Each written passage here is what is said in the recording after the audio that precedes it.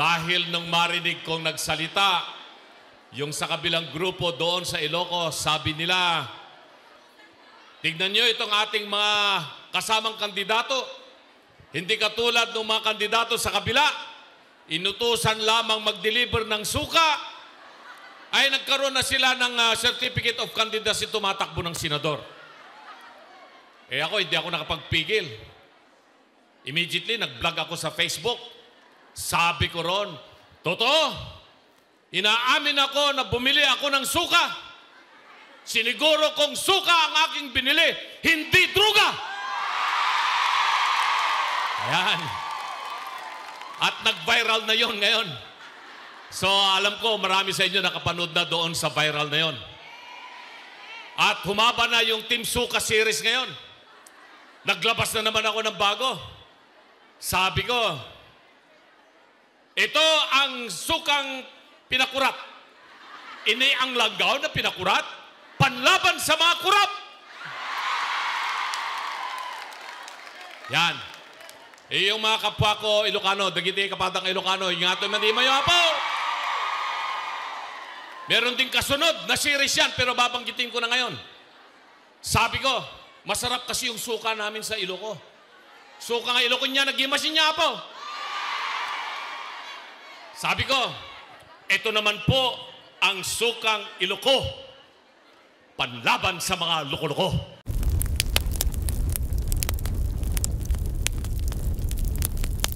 Sa mga sandaling ito, isa pang abogado, pambato ng PDP laban, atin pong tawagin, Attorney Raul Lambino.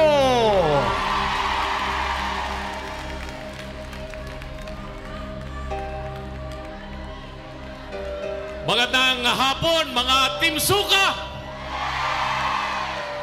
Ayan, usong-uso na yung Team Suka ngayon. Dahil nung marinig kong nagsalita, yung sa kabilang grupo doon sa Ilocos, sabi nila, tignan nyo itong ating mga kasamang kandidato. Hindi katulad ng mga kandidato sa kabila, inutusan lamang mag-deliver ng suka, ay nagkaroon na sila ng certificate of candidacy, tumatakbo ng senador. Hindi ako nakapagpigil. Immediately, nag-vlog ako sa Facebook. Sabi ko ron, totoo, inaamin ako na bumili ako ng suka. Siniguro kong suka ang aking binili, hindi druga. Yan. At nag-viral na yon ngayon.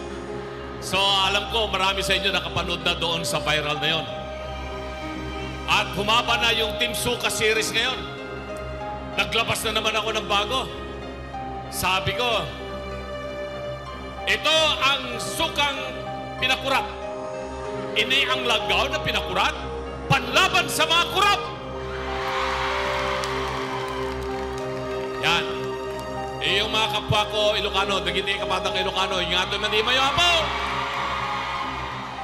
Meron din kasunod na series yan, pero babanggitin ko na ngayon. Sabi ko, masarap kasi yung suka namin sa Iloco. Suka nga Iloco niya, nag-imasin niya apo. Sabi ko, ito naman po ang sukang Iloco, panlaban sa mga loko-loko. Ayan. So, marami yan. Yung suka series din, abangan po ninyo. Pero gusto ko munang batiin ang ating pinakamamahal na Pastor Apollo Kibuloy dito po sa kaganapan na ginaganap ngayon dito sa Hong Kong. At siyempre, ang ating Tatay Digong at si VP Inday na pinipilit po nila talagang sirain ang legasiya ng ating Tatay Digong. Hindi po tayo papayag. Kaya kami nandito ngayon tumatayo para ipaglaban ang inyong karapatan, ang inyong binigay na sagradong boto kay VP Inday na mahigit 32 million votes nung nakaraang eleksyon. Hindi po tayo papayag na bastusin nila yung 32 million votes. Ipaglalaban natin si VP Inday. At alam po ninyo, kaya nila. Walang sawa silang nagsasalita laban kay VP Inday at sa kay Tatay Digong dahil gusto nilang pagtakpan yung corrupt na budget na kwini-question ni Atty. Vic Rodriguez ngayon sa Korte Suprema. Gusto nilang pagtakpan yung kahirapan Yung mataas na bilihin na pinangarap nilang 20 pesos per kilo na bigas, hindi nila may patupad. Kaya ang tinitira nila si BP Inday at saka si Tatay Digong. Hindi po tayo papayag sa ganon. Kailangan po manatili po tayo mapagmatsyag at ipaglaban natin ang karapatan ng overseas Filipino workers at ng sambayan ng Pilipino upang manatili po ang mga pangarap na tinupad ni Tatay Digong na magkaroon ng isang malaya at maligayang Pilipinas. Marami akong programa na nabanggit ko sa aking vlog. Basahin nyo na lamang po yung nasa vlog ko sa Facebook at sa TikTok para hindi ko na isa-isahin. So, pwede ba? Dahil birthday ko naman ngayong araw na ito. Surprise kayo, no? Ang pa-birthday nyo na lang po sa akin, hihilingin ko i-follow nyo ako sa Facebook at saka sa TikTok. Pwede ba? Yan. At kanina, marami pang magsasalita at marami silang sasabihin. Ano man po yung sasabihin nilang mga programa, agrikultura, kanina si Madam Nori. Alam po ninyo, kababayan ko yan, si Madam Nori. Taga Pangasinan din siya at taga Cebu, ngayon nasa Davao.